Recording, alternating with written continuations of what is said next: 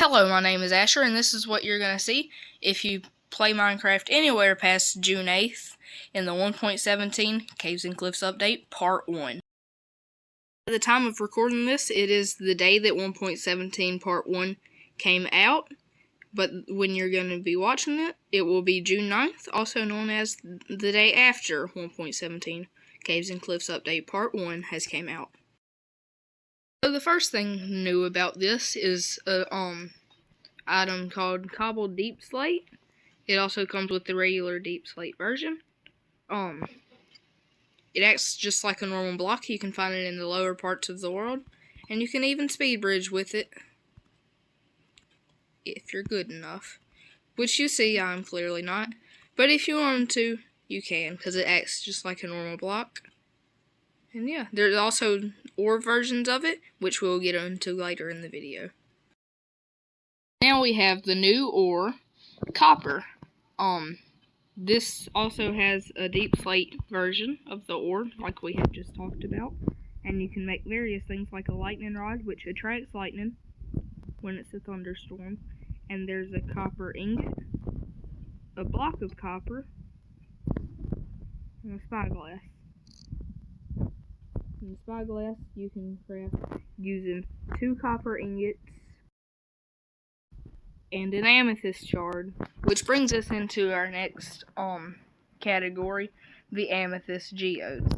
Now, in these you get new blocks like smooth basalt, amethyst block, the budding amethyst, which grows the amethyst cluster, which if you break without silk touch, you will get the amethyst shard, but if you break with, you will obviously get the amethyst cluster itself.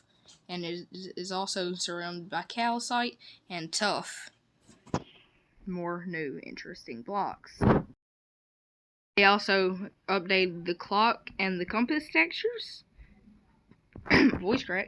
The clock and the compass textures, which aren't really that serious of an update, but I thought it'd be worth noting since it is in this update. We also have the flowering azalea and the normal azalea. Now these are just bushes. You can find them in the lower parts of caves. Not yet, but the blocks have been added. And they are great for builders because if you want to put them in front of the house, you don't have to use just normal leaf blocks for bushes because now you have actual bushes which can have flowers too. With this also comes azalea leaves and flowered azalea leaves for in case you do want to put those normal leaf bushes in front of your house. Also added glow squids, which we will get into later, which drop glow ink sacks. Nice sack. That you can make glow item frames. And if you write a message on a sign, and then you hit it with glow ink sack. Okay, never mind, it has not been added yet. But in later versions, probably part 2, if you hit a sign with a glow ink sack, it will make the sign glow. There is also new raw ores, which have the raw iron, raw copper, and raw gold. This means you can now use fortune on these types of blocks, and they even have a block form, which I think is pretty nice, and it looks like beans. They've also updated the way that ores look. I'm guessing for colorblind people, like George Not Found as an example, and somebody who works at Mojang, I'm pretty sure it's Dinnerbone, is also colorblind, so this is pretty nice. These ores also have a deep slate version, just felt like that was need to be mentioned, which can be found in the lower parts of the world with deep slate. There is also pointed dripstone and the dripstone block, and if you place pointed dripstone on the bottom of a dripstone block and then break it, it will fall and it will hurt. And it will also hurt if you jump onto one. There's also rooted dirt, and as well, hanging roots. And something that I really enjoy is the glow licking. It lights up caves, because there's currently no natural light source in caves other than lava, which isn't really that common, and the caves are getting bigger in part 2, so this is very necessary. There's also the moss block, which if you bone meal it, it will take over the blocks around it, and a moss carpet.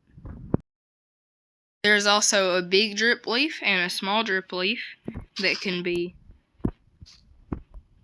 planted on clay. And with the big drip leaf, if you stand on it for too long, it will break. And with the small drip leaf, you can't even stand on it.